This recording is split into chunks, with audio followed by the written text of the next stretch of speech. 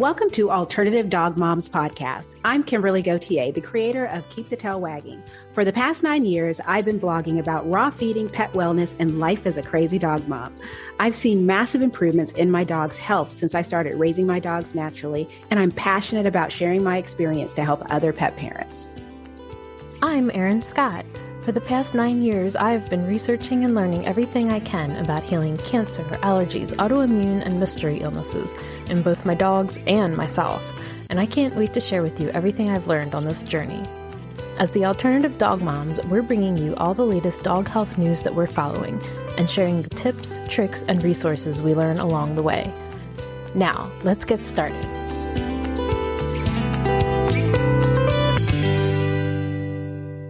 Hello, Kimberly. Hello, Erin. So we are joined by some very special guests today. Yes. So we have the OG godfather of raw feeding here, Dr. Ian Billinghurst. It's such a pleasure and honor to have you join us today. Thank you so much. It's lovely to be here with such beautiful people. And we have Rob Ryan of Gussy's Gut. Welcome. Hey, guys. It's so wonderful to have you guys. This is so exciting to both of us because we've been doing this blog for close to 2 years now. I think we're coming up on our 2 year. Congratulations. Yes. And I've had my books since about 2009. Yes. And it's funny because, I have been feeding raw since I started in 2013, actually April in 2013. And, like many people, my impetus was I had a sick dog and a veterinarian telling me that my dog wouldn't live long past his third birthday. And thankfully, I was a blogger, so I was already in social media, in the blogging community, and hearing mostly actually out of the cat side. Cat bloggers were talking about raw feeding. And every now and then I would hear about people who were like, oh, yeah, I just go and buy a chicken and throw it in the yard and give my dog a chicken. And I'm just like, what? And that's when I was introduced to Dr. Ian Billinghurst and Give Your Dog a Bone. And it was like it made so much sense that it couldn't be that easy. That was kind of how I looked at it.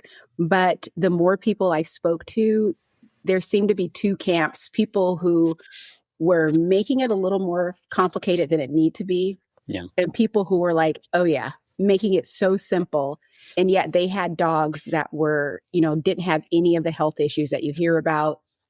And they weren't spending tons of money. It wasn't super complicated. So I gave it a go. And the dog that was supposed to die shortly after his third birthday actually passed away a few months ago at 13 and a half. With EPI, he had allergies, he had digestive issues, he had all of these things, and he still survived 10 years longer than that veterinarian predicted. That was Rodrigo? Yeah, that was her Rodrigo, yeah. Yeah. Kimberly, you don't need me. You've just said it all.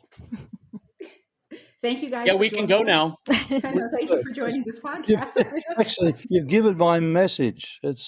It is so simple, and all those problems quietly disappear because they're all caused to the largest extent by processed pet food. Yeah. Yeah. So, goodbye. So, my first question is, of course, going to be because, I took Dr. Connor Brady's course this weekend. And one thing that he said was that when he started looking into raw feeding, it was in Australia. People were talking about it in Australia. So, Dr. Billinghurst, what was it? What was your connection to fresh food is the way to go with our dogs? My connection goes way back to my childhood because I read books about dogs. And in those books, they all lived in the wild and ate real food. That was the first connection. The second thing was that my parents never allowed me to own dogs or cats. They were not animal people. And so I had this huge craving for these. So when I first became married at the terribly young age of 22, always a mistake, but we were out in the bush and we got a dog. I got my first dog. Her name was Candy. What do we feed her? Well, bones from the butchers and scraps from our tables, of course. And as a young wild man let loose in the bush with a gun at 22, which I could not do now, let me tell you, shooting rabbits for the family and for myself and the dogs. And she went out and she ate kangaroo poop and sheep and pigs, and because we were keeping pigs at the time. I kept pigs there for a while. That's right, was my beginning. And I was thinking, as you spoke, that you started raw feeding. Kimberly, when did you start raw? 2013. I started in 1969 with my first dog. That's crazy. I was born 2 years later. Well, just giving your age away, you should never do that. We're the same age. Okay. It's crazy because, again, I grew up with dogs. My father he was a real big dog person, but my father was like you, where he fed the dogs bones and, scraps. And of course, at the time it was insane, and people would just be like, oh, well, that's just how Walter is. And I had two households. So my dad's household, things were done this way. At my household, my dog ate kibbles and bits. And basically whatever we had a coupon for and what was on sale, my dog was extremely obese. And he died at probably 7 years old, I think. But that was just the way it was. If your dog died, you just go get another dog. Yeah. And so as an adult, when I started getting dogs again, I went with what I knew. And what I knew was you went to the store and you got dog food. You bought the dog food that had a whole chicken on the bag because that meant that was what was in the bag. And you bought them on the higher shelves because the higher shelves was the high quality dog It was food. the good stuff. Yeah. Yes, exactly. Don't worry about reading the ingredients because they're required to use the scientific terms for the things. But I don't know who requires that, but so it's not bad. It's okay. And it's funny because looking back now, I have a lot of empathy towards people who do feed kibble. And when people say, I don't understand how people can do that, I completely understand because the marketing of these companies is so beautifully done that, it convinced us for decades to feed this way. But your perception is exactly the same as your veterinary surgeon's perception. Mm-hmm. They leave it. Sure, they might be able to look at the bag and maybe read some of that stuff, but even they really wouldn't understand what they're reading in terms of what they're doing. They have exactly the same perception as you because they have been marketed to brilliantly by the people who teach them, the pet food companies. You can't blame anybody because and it's not even a conspiracy theory. It just is. Yes. Your vet expects dogs to be obese, develop pancreatic insufficiency, kidney failure, arthritis. That's normal. That's what dogs do, apparently. Allergies. That's what I was told about my dog Rodrigo. I was told that, it's totally normal for him to always have loose stool and diarrhea. It's totally normal for him to be. He was 20 pounds overweight, but he was 70 pounds. No, he was 10 pounds overweight. He was 70 pounds. And my other dog, his sister, she was about 15 or so pounds overweight. But according to my first vet, they were perfectly normal. It wasn't until people started judging me on social media for my fat dogs that I realized, and you don't know when everyone around you, when all of our dogs look the same, they're all eating the same things, and our veterinarians are all telling us the same things. Why would we question someone who went to school to learn this stuff? Why would we ask them questions?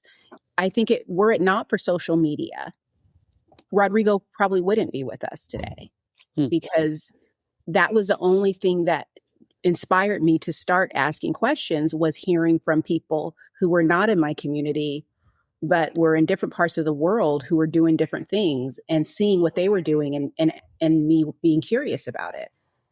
Can you imagine what would happen to the veterinary profession if all dog owners in the Western world at least started to think about feeding real food to their dogs. It would be an incredible paradigm shift. It would have to be an incredible shift for those veterinarians. They would have to rearrange their mind, because even they could not get past the fact that these dogs were so healthy and that they didn't have the problems that they were formerly seeing. I just, and it really staggers me that as a profession, we are so blind to the dogs that come in front of us. And I still hear it today. The person comes in with a raw-fed puppy, it might be, puppy, might be 4 or 5 months old now, looking brilliant. The vet says, what are you feeding it? They explain a raw diet if they're game. And the vet says, oh, my goodness, you're going to kill that dog. And they've just explained how healthy it was. They cannot see. It's that blows my mind, that as a intelligent people, we cannot see what's right before our eyes. Anyway, I continue to be amazed at all at my profession. And at times I get very ashamed of it, that it's so poor in its approach to nutrition. It's unbelievable. Anyway, sorry, I interrupt and digress. Oh, please.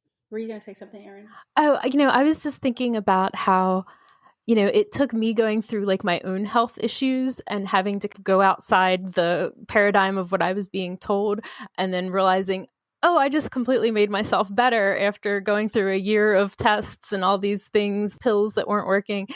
And I feel like it takes like a bravery to kind of start being like, oh, okay, if it's not working for me, like this isn't working for my dogs. And then you start looking, I think social media has played such a role in people talking about raw food, because you're looking, for other people who have done this, because it's not kind of like what you're being told by the guy in the white coat that went to the school. And it's scary for lay people to be like, well, what do I know? I work in marketing or whatever, I'm just doing what I'm told kind of thing. And so I think that is interesting how social media is playing this role in kind of spreading the word right now about the success that people are having with changing, going outside the conventional paradigm. Yeah. I mean, and also, so this brings us to the DIY raw feeding course, which it's funny because many of us, if you've been feeding raw for 5 years or longer, you figured it out on your own with the help of social media. And some of this was, if I knew what I knew today, 10 years ago, I mean, it's so easy. It's so easy. But what I see today, like, it's funny, 10 years ago, people try to convince me it was so easy. I did not believe them. But then people started making it complicated. And I believe that. But it became so complicated that I didn't want to do it anymore. So I went back to the easy people. And that's where I've stayed, where it's not rocket science. You don't need a PhD to feed your dog. But what I'm noticing today is there's a lot of fear within learning how to feed raw, where the questions that I get from people are, okay, well, I'm going to do this and this. What supplements do I need to add? And they're expecting this laundry list of supplements to meet all these nutritional needs. And when I tell them, oh, no, they get all of their stuff from the food, they're just blown away. And I think it's because we still are thinking with a kibble mindset that we're going to feed our dogs, but we need this long ingredients list in order to make sure we're meeting their nutritional needs. And I don't think we're used to nutrient dense foods either. Yeah. And so I was really excited to see the DIY. So what made you decide to come up with a DIY course? Oh, Rob told me I had to. Well done, Rob. From the word go, this whole idea of raw has been spread through social media. I published Give Your Dog a Bone. I released it on the 17th of November, 1993 at a Bichon Frise conference. And by 19, and I advertised it in all the canine journals of every state in Australia. And I sold out within 6 months the first printing of 3,000 books. In fact, it went so quickly, and I'd spent probably 2 years, or well, no, less than that, but I'd actually pretty well abandoned practice to write this book. So I never wanted to talk about it again, by the way. So, but I had gone broke. So the money that we got in from the book, I then started to pay back debt. And I remember I was selling everything to just to stay afloat after I'd written the book. And then I needed to write another edition, the second edition. I had no money. I didn't have the capacity to borrow money. Anyway, I had just met this lovely young girl, just met her. And she had just received an inheritance. Now, she met this vet, this divorcee vet, and she was in a similar boat. And he immediately wanted to take her money that she'd just got. It was literally the same amount that I required for that second printing, and take that money from her and use it to print this book that she had no idea about, except I had given it a copy of it on our first date anyway. We went to some friends of hers and we signed an agreement in front of the friends, and she made more money out of that edition than I ever made in one lot. But anyway, we went on and we joined forces, and she is my darling wife today, of course. What was the question? Why the DIY course? Oh, okay, yes. Well, that's right. And I was talking in about 1995, it was. Somebody came to me and said, do you realise that there's this whole thing going on? The internet had just started. And they said they're talking about raw food. And I got on there and I saw, and there were these, they were like evangelistic Christians talking, people who had embraced what was in the book. And there were other people, and there were these flaming things going on where they would talk badly about each other. Anyway, Still is. I can't get on into any of this. Anyway, I walked away from that. But very soon I was invited to go to England. And from there, we did 4 major cities in England. The next year I was invited to go to America on the basis of this book. And we spent 3 months in America, touring right across America, 2 and 3 day seminars. The book took off, and the whole idea took off because it was simple. Now, if I'd have given them something that required spreadsheets and computers, which, by the way, I can't do anyway, so it doesn't really matter. I'm not interested in that. I'd figured out this very simple way, and I wrote Give Your Dog a Bone. By the way, it took me about 6 months to work out that the introduction didn't have to contain the whole book until a client of mine pointed that out to me. Anyway, that's another story. And so this was happening right across America. It was so simple. And I remember going to, in fact, my APDT lecture on raw food is actually up on YouTube. One of those very first lectures. But I was so simple. But then I've noticed over the last 10, 15, maybe 20 years, everybody's made it complicated. And people are making, I guess, money out of it being complex so they can sell what is something complex, and they can sell their ideas, their knowledge, their diets. And I have long thought we really do have to do something about this. But until I met Rob, I didn't know how I could do it because I really didn't have a voice out there. The book had done its work. Raw was off. It had a life of its own.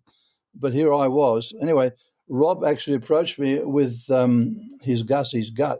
When I saw that, I said, yes, this is brilliant, because this is the kind of the missing link of what I've been saying for a long time. Because I've talked about dogs raiding garbage cans, eating poop, they're coprophagic, all that stuff, burying bones and fermented foods. So I joined with Rob as an advisor to this company, which is great. And it's just grown from there. So when he suggested this course, I said yes. Now, currently it's nearly killing me, I might add, doing it. But I believe it's going to be a worthwhile legacy for an old man who still has a lot to say, apparently. And I'm very pleased to be saying it through this course. because I'm virtually trying to put my mind out there. My God, not all of it. And explain the simplicity of this almost in a complex way, because I've got it all written down here, and it's all in my computer. Each lecture and each idea, and it's going really well. And I'm actually reading some of my words from way back then for the first time. Oh my goodness, this is not bad. Who wrote this? Oh, Jesus Christ. It holds My up. wife says, "Oh, loving yourself again, Ian?" Not really, but anyway. So there's the course. It is there to teach people how simple it is, but sometimes to teach simplicity, you have to go into a fair bit of detail. And then I tell people, but you don't have to know all that. You just have to do this. You don't have to know the details, because the cybernetic mechanisms, the homeostatic mechanisms that go on between food that a dog is designed by evolution to eat, the mechanisms that are involved between the food itself, the biochemistry of the food, the physiology of the animals, the feedback mechanisms within cells to make it all work, they're absolutely complex beyond belief. And we're only touching the surface of how all that works, looking at the genome, looking at pathways, biochemical pathways, looking at how food works with the genome of the microbiome, so there's multiple genomes. I mean, on and on. This is complex beyond description, but you can override all of that simply by feeding the food they evolved to require. And suddenly, hey presto, all those problems just quietly start to disappear. Yeah. And this is the simplicity of it. And it's like a person who decided they wanted to be their home mechanic and they're going to remake all the parts for their car. Why would you do that? What you got to do is go out and buy the manufacturer's actual genuine spare parts, and suddenly it all works again. You don't have to reinvent the wheel every day, because it's been invented by evolution over millions of years. And somebody in the background says, "Shut up, Ian, it's time to stop talking. Let somebody else have a go." But that's the thing. I did it because it needs to be done. And I figure, as I look at people talking about this, I actually think I'm probably the right person to do it. So I'm doing it. So is this available now? It sure is. Okay. We've actually, because I'm actually producing this in real time, we're drip feeding it out to those who have enrolled, and now quite a few. It's growing. And I have somebody from Rob's office on my back with a whip saying, "You've got this one to do now, and this is your deadline." And thank goodness I've got that, because I think anybody whatever field you're in, you need deadlines and you need somebody with a whip, and away we go. And so is this like an online platform where you log in and you watch the videos? I haven't seen the website yet. Rob, you explain the process, because I occasionally log in and it's only me talking, and I don't really want to watch that. So Sure. Well, it's great to be here with you guys. Really, I'm a fan of your podcast. Listened to it many times. Thank you. I want to first just say that a lot of things I heard today I agree with. And one of the main reasons to answer the question that we created this course was just pretty much, I think, any reason that you create anything, which is, it's out of a need, a serious need. Yep. What we saw, we were doing our podcast for Gussy's Gut, and we were engaging with a lot of people that were, as Ian just said, Dr. Billinghurst just said, people were doing a really good job of overcomplicating things. And it reminds me, if anybody knows anything about software, it reminds me of like the open source versus the closed source model. So when something's proprietary, you have to use that product, like a Microsoft, let's say, versus a Linux. Now, I'm not going to get too deep in the woods for those that I've already lost with that analogy, but it's basically what we feel like we are is the Linux version. We're the open source. What we want to do is actually free you from constantly having to re-engage with somebody just to ask them questions here and there. Where people, I think, get lost is when they go to the grocery store and they have to make decisions based on what they can get. They then go, wait a second. This recipe I'm looking at, this spreadsheet I'm looking at, this document, I'm like, this doesn't comport with what I can get. Like, what am I supposed to do now? And so over time, people, and it just could be days or weeks, people find themselves out of their depth where, again, this is not complicated. However, to teach simplicity actually does need to be taught because you're dealing with the health of something you care deeply about. Your animal is just everything to you. So what we're doing is teaching the why dogs need these things and how you can take that and over time just focus on, we call it perfection over time.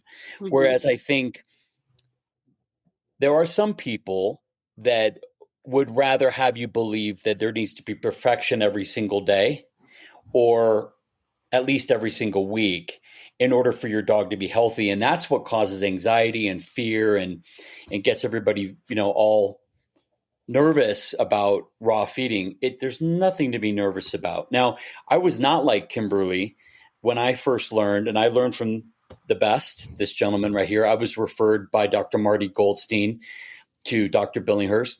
And I just started right away. I didn't even read his book. I started right away with consultations. And this was very foreign to me because I grew up in a house.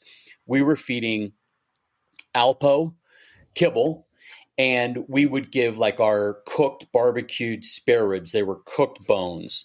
So I grew up completely the opposite of what I do now.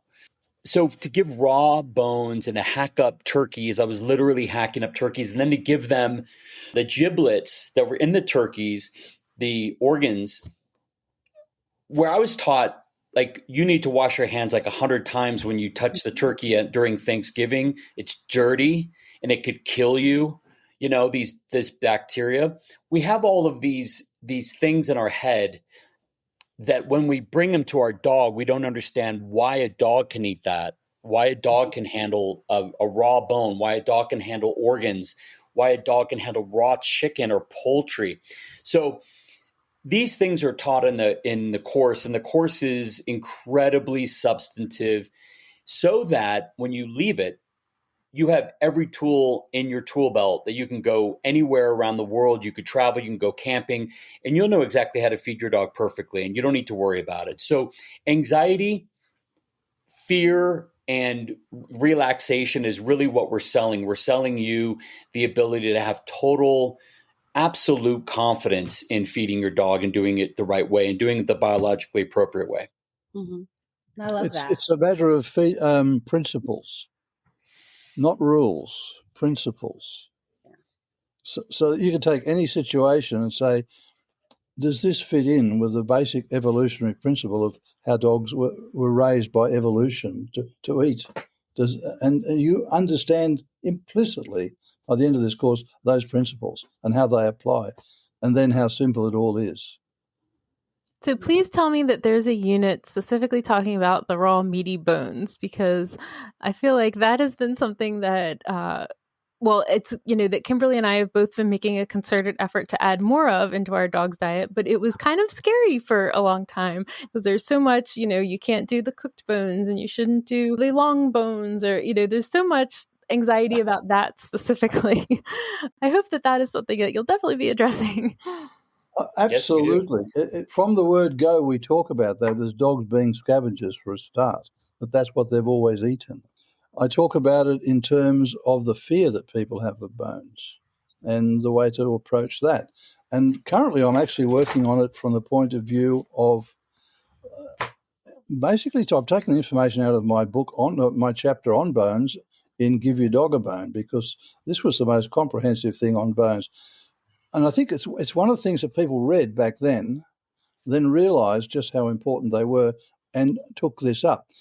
Unfortunately, today, a lot of people think that bones are just calcium substitutes, but there is so much more to them than that. And I'm actually going through that lecture right now. And And of course, then we talk about how to put all these things together.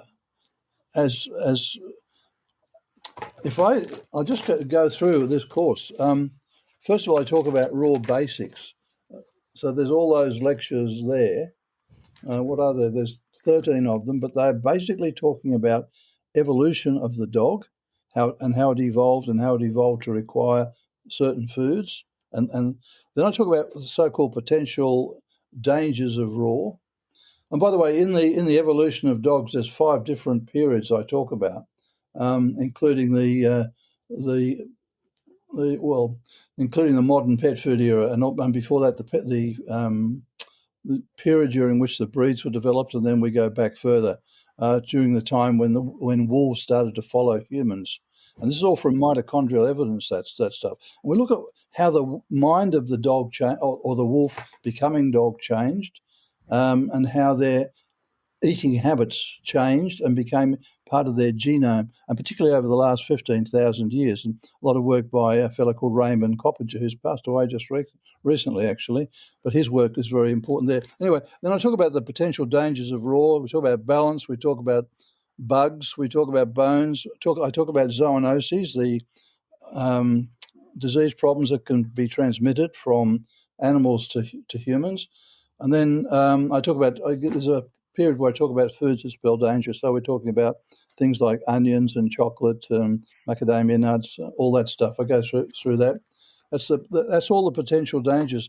Then I go through nutrition itself. So looking at vitamins, minerals, proteins, carbohydrates from an evolutionary perspective. So even though I say in the course, you do not need to know anything, and you don't, about nutrients. You just need to know about food, because it's a food-based course. I still take you through that, because if you do have a sick dog and you start prescribing very specific foods, it's good to know why you are doing that. So I take you through that. Right now I'm on part 4. We're doing all the different. So the first one we talk about in part 4 is raw meaty bones, then meat itself, then internal organs, vegetables, fruit, dairy, eggs. Talk about grains and legumes, how they work together. It's really a matter of a lot of people throughout the world eat grains and legumes because it gives the balance of amino acids. It's interesting too, the so-called non-essential amino acids play incredible roles in the body of their signaling molecules and controlling molecules. So, and I point out this sort of thing all through the course. So AFCO says, they're not important. But they are. So it doesn't matter if they're not there. But it does matter. And this goes on and on. We have this imperfect knowledge, and I do a talk on AFCO as well. This imperfect knowledge that we use as the basis for all these spreadsheets and these gurus of raw who take this commercial approach and then start to try to marry it up with raw, because they don't understand the basics of what they're doing. Their basics have nothing to do with the National Research Council's ideas or AFCO's ideas or FEDIAF, nothing. They have everything to do with the biological needs of the dog based on how its genome evolved. Now, this is science at its absolute perfection.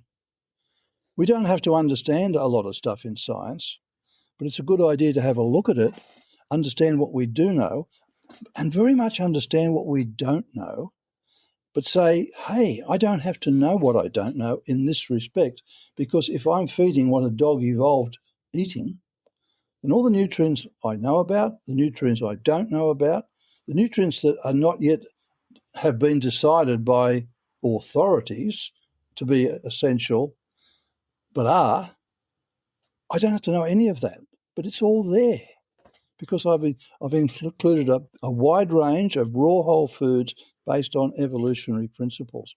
And I can take that knowledge, as Rob said, and go anywhere in the world, look at what's in season, what's available, and select from that what is appropriate for my dog.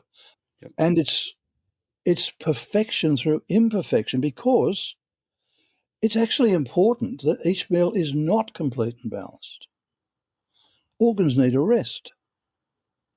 parts of the body need to just concentrate on one thing at a time. We know that fasting is important. So an interval of time in which dogs don't eat. It's also important not to schedule food every day at the same time, because the body starts to expect that. And when it doesn't arrive, problems develop, because the acids in the stomach, for example, are all pouring out expecting food and causing problems because there's no food there to deal with it. On and on. If we look at whatever happens in evolution and say, I'm going to try and mimic that as best as possible for my dog. Now, not in terms of hunting. We're not sending them out to chase down big game in packs, because that's dangerous and it's just not on. But what we're trying to do is mimic as best we can in an urban setting the foods that they would have eaten, and in the timing, the amount, the proportions, all of those things. But we're not going to get stressed about it because it doesn't really matter. We know that in the wild that nobody was feeding up a rabbit at 4 o'clock in the afternoon and another one at 3 o'clock or 7 o'clock in the morning or whatever. None of that was happening. So we don't get stressed about it. It's balance over time. It's perfection through imperfection. It's fasting if you don't have the food. If you've run out of, maybe you're making bath patties, supposedly, and all you have left now are some raw meaty bones, chicken necks or something, or wings. You can feed those for a week. It doesn't matter. Now, the dog may get a little bit consto. Well, okay, so you can throw in a bit of healthy oil, a bit of cod liver oil, whatever. Sorry, not cod liver, olive oil, extra virgin cold press. But it's this understanding of how to approach feeding your dog. And probably the most telling thing is when I say to people, do you have a spreadsheet for the family, for yourself, for every meal? Is that how you do it? Do you go to a restaurant and say, this is my spreadsheet and I demand that you include every nutrient in this spreadsheet when I eat it? Because if I don't have every meal complete and balanced, I'm going to die of some terrible disease of either excess or deficiency. Of course you don't. Nobody does that. So this is what I call the guts of the course. And you have to forgive that expression, but we had a lovely teacher back who said, you have to understand the guts, the dung and the blood of the feces. He might have said a worse word than that, I don't know, of what you're doing as vets. You have to actually get in there and think of animals in real terms and understand what they are and what their requirements are. And so I guess I've had some good teachers to help me get through to the basics of where we should be with our animals and understand very much that AFCO and all those people who are producing a commercial product have to be able to say that they're legally complete and balanced, that every meal contains all the right nutrients. So what do? They set up a system where there's a limited number of supposedly all an animal needs, tick the box legally, and away you go. And I point out in AFCO too, by the way, that if you want to really pass a test with something that really doesn't pass muster biologically, do a feeding trial. In 6 months, the worst food that you could possibly produce just about will pass an AFCO feeding trial. But the warning is, don't do anything outside the parameters that they ask you to do. Do exactly what they do, because if you do something else and it doesn't exactly fit in, and for example, BUN or creatinine, which doesn't fit in when a dog is raw fed to their neat little box of where it should sit, they'll say, oh, you failed the test, even though you've passed their parameters. So there's all this practical stuff I'm telling people in the course. And it's so important that they realise that you don't have to follow these commercial norms. You have to follow biological norms. And that's what the course is about. But it takes a long time and many different subjects to get that across. Towards the end, the importance of a course for everybody, if I can just interject really quick, The importance of a course is this man has 40 years and and more of all of this knowledge. And what we've tried to do is distill it into a very easy 20 minutes a day, if that's all you can give to learning about your dog's food, and getting it so that it's so simple for you to learn over time and then take action on it. And then on top of that, in fact, tomorrow we have a live Q&A with Dr. B and myself. So every month we do a live video Q&A with our students. So anybody who enrolls can get on and ask very specific questions. And if you think you've got something that's an outlier, with your golden doodle who won't eat chicken and blah, blah, blah, we'll come up with a solution for you. What we're designing this to be is a way to take you from this high anxiety, high worry, high concern to, you know what, I got this. And Dr. B, if you go on his website right now, you go all over on from his book down to all of his lectures, he says something over and over again, which is it's absurdly simple. But it reminds me of something my martial arts instructor used to say to me. He used to say, common sense is only common to those who have it. And if you don't think something simple, you will immediately go to, well, I don't understand it. I'm going to make this complicated so that it justifies me either not getting into it or doing something that is easy in the short term, but long term, I'm just going to be tied to it forever. So a lot of these recipes and these spreadsheets and things, what people are really doing is they're creating a kibble. They have a kibble mentality with real food, but they're creating these perfectly, like, boxes are checked, same amount of zinc, same amount of vitamin A, but so on and so forth. And I mean, that's a great upgrade from kibble, but is it biologically appropriate? I think that's the differentiator, which is you can go from kibble to real food to biologically appropriate, species appropriate. That's where we play. We believe that's where longevity and health span live. They live with the species and designing a diet that's species appropriate. Yeah. It's funny because everything that you guys are saying is so very true because, as someone who I constantly promote that I'm feeding raw and easy way. I want to keep it simple. So I do get the questions from people who are like, yeah, I would like it to be simple too. But what's interesting to me is the questions that I get where they're diving deeply into something and what you said, making it so much more complicated than it needs to be, where it's just like, it's not that deep. It's really quite simple. I mean, I tell people you don't have to do what I do, but you also don't need to make it so complicated, where you're now afraid to feed your dog because it's now become so hard or expensive. Yeah. But this is the same thing as the diet industry. Same exact thing. I mean, we have so many apps to teach us how to diet. And what's happening here is nobody has to do anything. Everybody gets to do what they want. And I think the kibble industry should get its fair due. It feeds 100 million animals because let's face it, there are not 100 million people that want to feed raw. There's not. And if we want to fool ourselves and think that 100 million people will convert to raw, we can. But, we have to let people we have to let them know what exists. We have to let them know that there is a biologically appropriate way to feed an animal. And if they want to come, they come.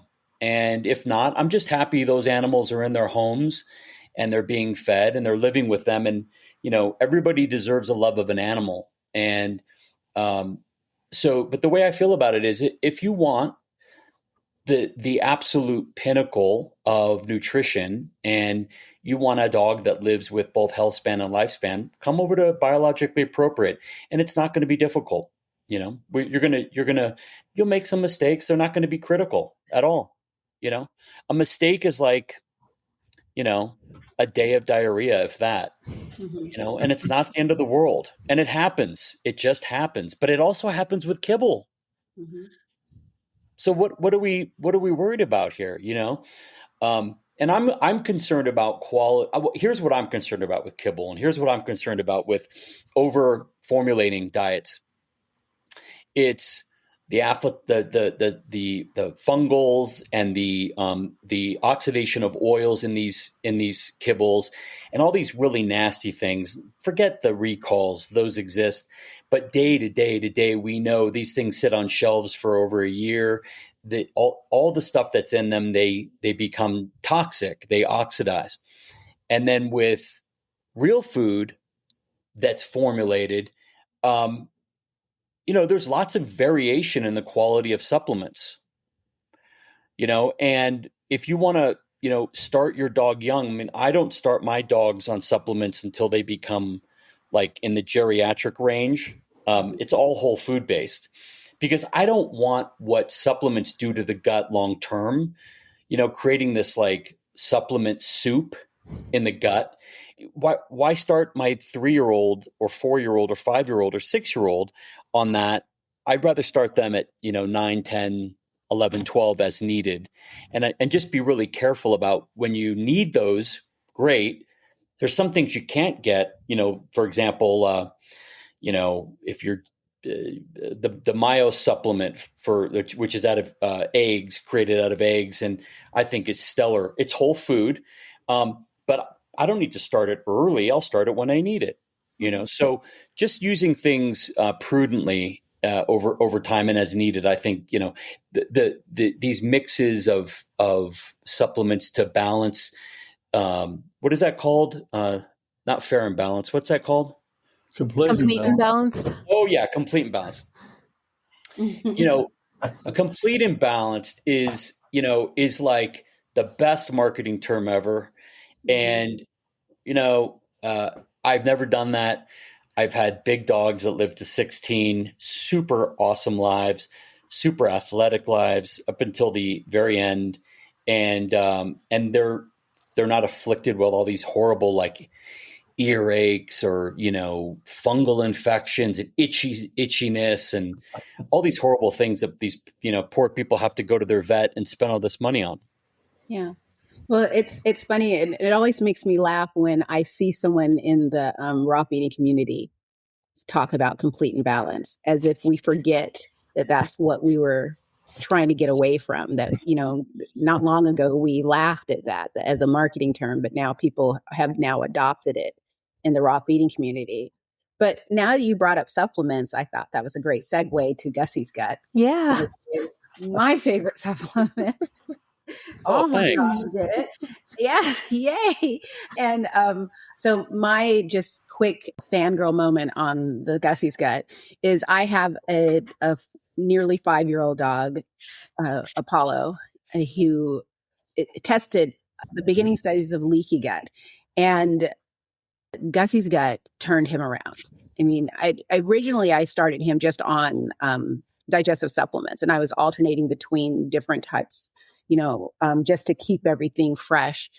When I first started with Gussy's Gut, which was the summer of 2023, he started showing signs of leaky gut again, which for him, it starts with he gets an itchy butt and soft stool, mucousy stool. And so I started, and I didn't even start at the dosage recommended because I never give the dosage recommended of anything. Good for you. I know I'm a rebel because I'm just like, you don't. You're a thinking dog mom. Well, yeah, I figure I just need to work out what his dosage would be. So I started, I think I started maybe twice a day, and I went down to once a day. I can't remember, but within a few days, I saw a complete change. And with him, I know my dog and I know what was changed. And I have now switched to my dogs get Gussy Gut in their evening supplement. They only get 2 supplements, and that's their evening supplement. The morning supplement is a mushroom-based one. Good. And again, I don't give the dosage on the bag. I give what works for him, and I do it 5 days a week. And he has not had an issue with leaky gut since. And it's one of those where I just love the fact that it's fresh food, that, it's fermented, that it a one bag lasts forever for 3 big dogs. So it's one of those, and it's allowed me, because I'll say, as a blogger, I can get supplements for either free or very cheap. Yeah. So it's not like I was breaking the bank buying supplements. But, like Black Friday weekend is usually the weekend where I've set aside hundreds of dollars to stock up on supplements for my dogs for the next year. This was the first Black Friday where I didn't have to do that, and I was lost. I did not know what to do, because I was prepared to, and I had Gussy's gut, and I had, my mornings, I didn't need anything. I'm dying to say something. Please do. You're not feeding supplements. You're just feeding another food.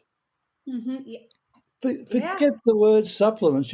There was a food that was missing, and you popped it in the diet or in the food program.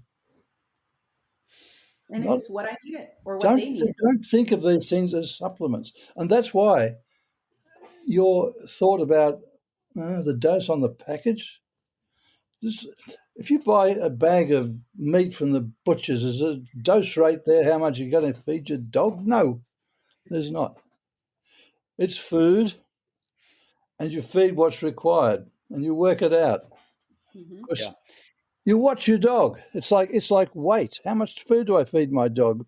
And there's an answer to that question, and I put in 2 pictures. And one is a dog with all these ribs showing, another one with its gut hanging on the floor. I said, that one needs a bit more, and that one needs a bit less. And of course, that's the only approach to take, really. We're feeding food. We feed the amount and the type of food that produces what we want to see. And we know what we're going to get if we're feeding real food. By the way, we also know what we're going to get if we feed kibble. We're going to get disease over time. Now, if you love your vet and you love going to see the vet and you've got oodles of money and you don't care if your dog is suffering a little bit, feed it kibble, because that'll work. You get to see your vet, you get to spend money, you make your dog suffer. Maybe you didn't like your dog. I don't know. I'm being facetious, of course, but really that's what it's all about. It's common sense. If you feed what they actually need and think of it as food, then they're going to be well. If you feed what they don't need and you understand that you're feeding a poison, that's, by the way, politically correct food. PC is poison chalice. Just think of that. This whole nutrition business is absurdly simple, isn't it? It really is. It's saving me so much money. It's really astounding. And, it cracks and heartache. I love it. And my dogs are doing great. Can I just interject something? Sure. First and foremost, I think the reason Kimberly called it a supplement is because it's on our package. We call ourselves a supplement. But I can disagree with your packaging, right? Yes. Well, you're in Australia. You're in Australia. So legally, customers have to understand. We legally have to give dosage. Whether we want to or not. That's right. We legally have to give you directions on the package. If you look at our package, all of the sections, they're essentially legally required, okay? And so if you are a supplement versus a food, and we are not a full and complete food, there's totally different definitions for that. So when customers come to us, we make a very clear distinction. We are a supplement, but we are a supplement made from whole, real foods. And so we're really proud of that. And we walk our talk. This is what we've been talking about today, which is, if you find a way to go the whole food route, you'll be a happier person and you'll have less vet bills for things that vets don't even know how to treat your dog for. Vets don't want to treat your dog for those things, and they don't know how to treat your dog for a lot of those things, except to maybe give them a steroid or an immune suppressant or something like that. What vets want to do is keep your dog well, And I think also there was something somebody touched upon today, which was, your vet doesn't understand raw food. You can have multiple vets. You can have a vet that deals with broken bones and surgeries. Your dog swallows a sock, and there's amazing surgeons out there. You don't need to ask that surgeon about raw food. You can keep it to yourself. You certainly don't need to talk to them about fermented foods. They really won't know what you're talking about. And so you can have, people on redial, on speed dial, like your, amazing veterinarians that we know. We all pay attention. There's a lot of them. I don't want to not name some of them and name some of them, but they can Zoom with you and give you a consult. They can consult with you on your dog's gut health. Dr. Billinghurst personally is available for private consults still. It's just that his private consults are way more than the cost of the course. So that's why we're creating the course, for it to be more accessible to everybody, and so they can be free. We just want people to be free. And, my mission, my company's mission, and my mission is to add 1 million years to the lives of pets that we serve. And we'll do that through Gussy's Gut, and we'll do that through the digital course. And it's really important to me that we help people, just come back to nature and use nature to help their dogs thrive. Would you give us just a little bit of the origin story of Gussy's Gut? And is that Gussy pictured on the package? That's my dog Gus. And his actual name is Gusto. It's Italian for zest for life. He's lives up to that name. He got into the trash. I'll make a long story short. He got into the trash, didn't eat for, I think it was 5 days total. And then didn't drink for the last 2. So 7 days, it was getting really bad. And then he was in he hadn't gone to the bathroom at all, because he, for 2 days he wasn't drinking. He wanted to go out to the bathroom, and I was like, what's going on? He pooped out this plastic bottle cap that he'd gotten in the trash, and it had obstructed his guts. Now, we'd done the sonogram and everything, and I went to a specialty place for it, and they couldn't find it. So we didn't know why he wasn't eating and then not drinking. So it was very, very, very worrying. And we did blood tests on him. We couldn't find anything.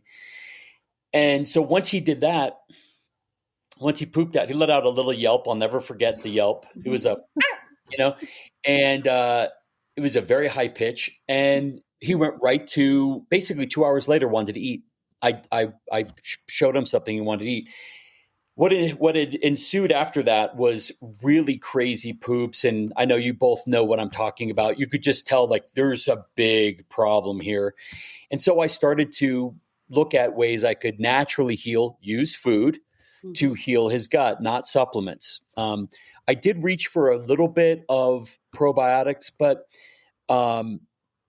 when I started to research probiotics, I realized how woefully there is a huge delta between what a dog's what microbes exist in a dog, and what probiotics exist for you to give your dog.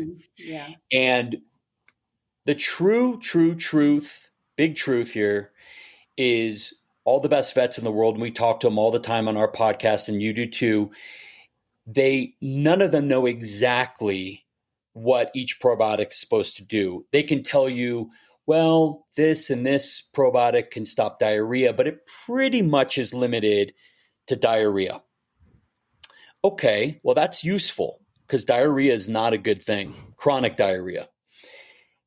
But beyond that, what's giving overall gut health? So I started to study this, and what I realized is, this was all during the pandemic. And what I started to realize was that it was really at Whole Foods, just like my diet had been for, I put my dog on raw late 1999 with Dr. Billinghurst. Those were my first dog, and then my second dog, and Gus is my third, and Labradors. And So I went back to nature, went back to Whole Foods, and then started fermenting it on my own. And once I saw the results in him, he had completely rebounded. Then I called up Dr. Billinghurst. I said, hey, you won't remember me. We spoke. We did consults 23 years ago, but can we get back? Could we do Zoom now? Because we were doing phone calls. It was back in those days. And can we do a Zoom? And so I showed him what I had learned, and he just said, this is up until now, all we really had was yogurt, kefir, and tripe. But in Australia, it's really difficult to get tripe. And so he was really excited to break the code here for, gut health through fermented foods. Nice. How long did it take you to come up with what this formula was going to be and, source all of these ingredients? I mean, because it's a lot of different ingredients in there. Yeah. I mean, it's 19, thank you. It's 19 superfoods, and those include tubers and greens and vegetables and herbs. And what we did is we looked at what is number one most beneficial, the most potent superfoods for the gut. Superfoods is an overused term, but I like to use it because it's just easy.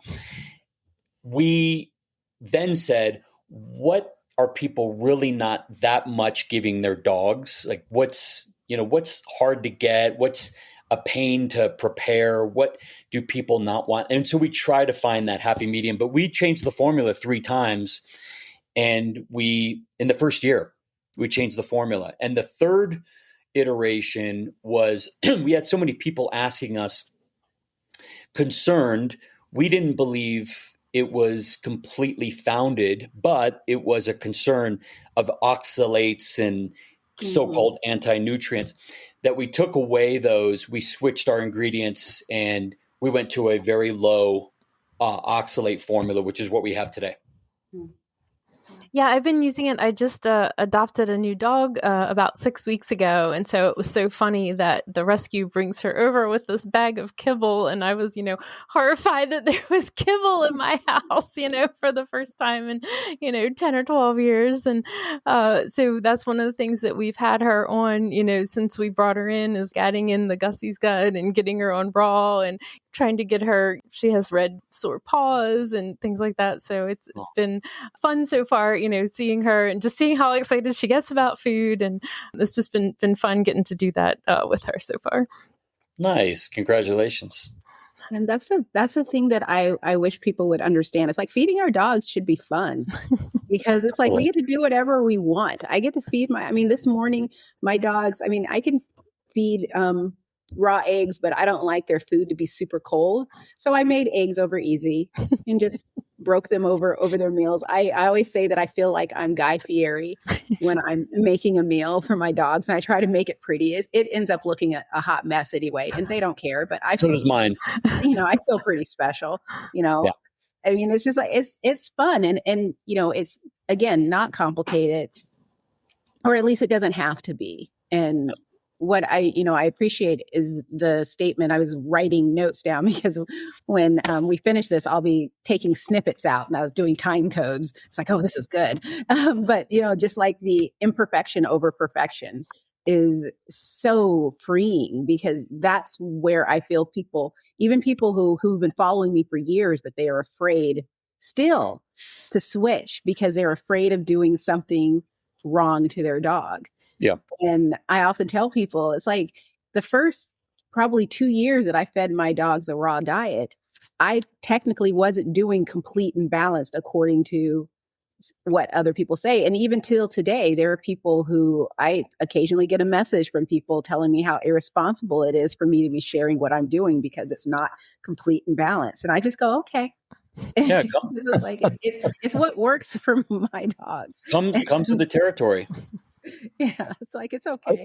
This is an important principle that the body, when it's fed real food, homeostatic mechanisms know what to take, even if it is not complete and balanced according to AVCO, which is really based on processed pet food anyway, so it bears no relevance to real food. The body takes what it requires. And also the body, things like B vitamins, they say, they're not stored. Well, of course they are. If they weren't, we'd be dead in about 3 days' time because all our ATP production would shut down and that'd be the end of us. None of that is true. A lot of what we're taught in biology, it's just not true. And certainly this complete and balanced, that's an absolute myth. And I've seen dogs that have been fed, and I'm thinking now of one particular one. It was a Maltese, and it lived to 18. And its owner, who happened to be a relative, said, "Oh, I only ever feed her meat." Well, that was him. I only feed him meat. But when you dig down, you see that this dog was also getting scraps of bones and lots of her food, and it was digging in the garden and getting all sorts of things and insects, and it was running in a field and eating poop. Dogs will naturally, particularly if given the chance, balance their own diet, but they don't. It doesn't need a lot. But one of the most important things is feeding it raw meaty bones, because a raw meaty bone in and of itself is almost a complete diet. So close it doesn't matter. You can just feed that. Now, your pups might get a bit hard, or not yours, but the dogs. But maybe you can balance that out with a little bit of extra virgin olive oil or whatever. But truly and really, the dog, this whole concept of complete and balanced, that's a legal prerogative, as Rob was saying earlier, when you produce a product. It has to say these things. But let's face it, nothing from your butcher or anything in even in the centre of the supermarket for humans, nothing says that it's complete and balanced. It doesn't. We don't have to have that rule. So this is a very special set of rules we put together for our dogs, biologically absolutely pointless. And I'll inject something that is the opposite of complete and balanced. We could have, and I will bet you we do have, dogs that, whether they're just supplementing kibble diets or real food or raw food diets with supplements, in the opposite of complete and balance could be happening. You could have excess and dangerous. So, nobody knows unless you're doing blood tests all the time on your dogs. You don't know that your dog needs all that zinc. Mm-hmm. And you don't need your dog needs all of that, phosphorus and calcium and all that stuff. And with a raw food diet, people don't know that your dog can be missing, because of whole foods. Your dog can be missing, I don't know, X ingredient for several weeks, several months. And that's probably not going to happen if you're fairly knowledgeable on just some basics of feeding raw. But you're not going to have any negative health benefits because your dog didn't get some. I like to use zinc because I see that all the time on social media. It's always like a supplement du jour on social media.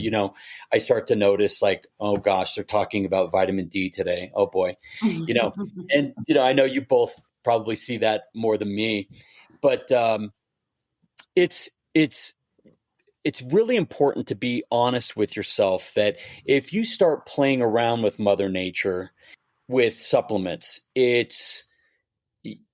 you got to know what you're doing, and you got to be very, very, very, very honest with yourself that really it's only through blood tests are you going to know whether your dog's getting what it needs or too much of it.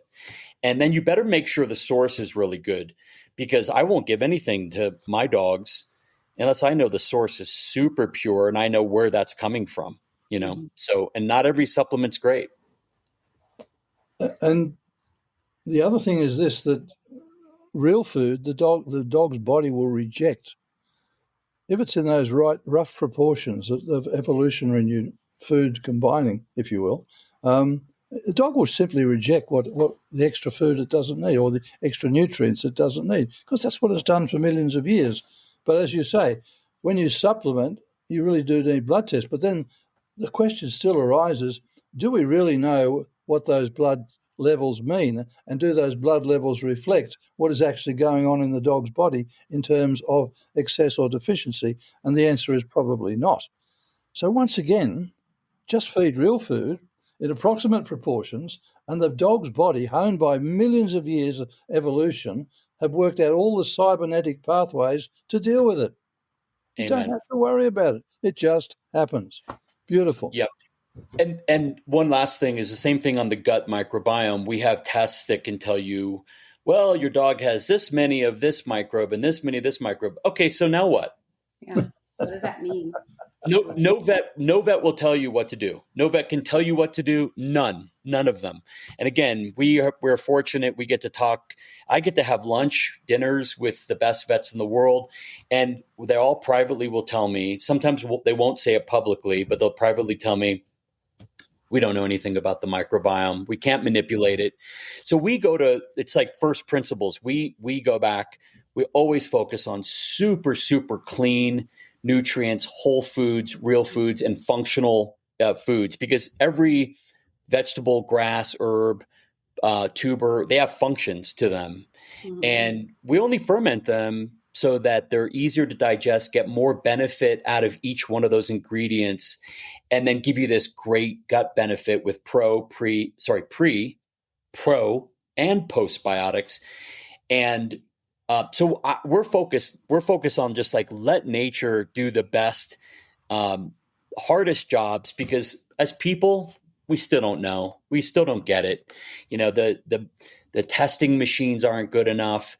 The science isn't there on the microbe and perfectly on dialing in nutrition for each one of us and our animals. So if you focus on good quality principles, you're going to be happy. Yeah. Yeah. Well, we'll make sure that we have links in the show notes so that everybody can check out the course. I'm very excited about this.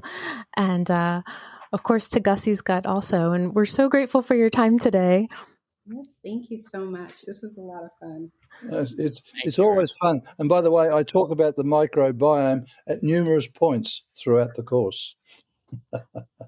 That's the buzzword right now, right? Right, yeah. But it's important. Thank you guys so much. I really appreciate it. Thank you so much. I'm going to just say one last thing for Dr. Billinghurst. This is for Dr. Billinghurst. Can I do that? Sure. Yeah, absolutely. Okay. So the course is under the Billinghurst Institute, and it's billinghurst.institute, www.billinghurst.institute. If you, over time, if you watch us over the next year, what you will see is some of the best vets in the world creating the best courses they've ever created there. What we want to do again is to meet our mission of adding 1 million years to the dogs' lives that we serve. We believe that educating these pet parents with these incredible concepts and keeping things very simple and giving people easier answers to their questions and concerns. That's what we're doing here at Billinghurst Institute. So I'm really proud, to be associated with the whole project. And, this is Dr. Billinghurst's big, this is his big school if it was a physical school. Could say his swan song. It could be a swan song. You could I feel like that's over a diving board, like you just be diving into a pool. I've never heard a swan sing, actually, but anyway. Well, that's very exciting because, Kimberly and I, we just always want to know everything about everything. So you're speaking our language. Absolutely. Thank you guys so much. This was a lot of fun. Absolutely. Thank you, ladies. Thank you very much. Great to be here.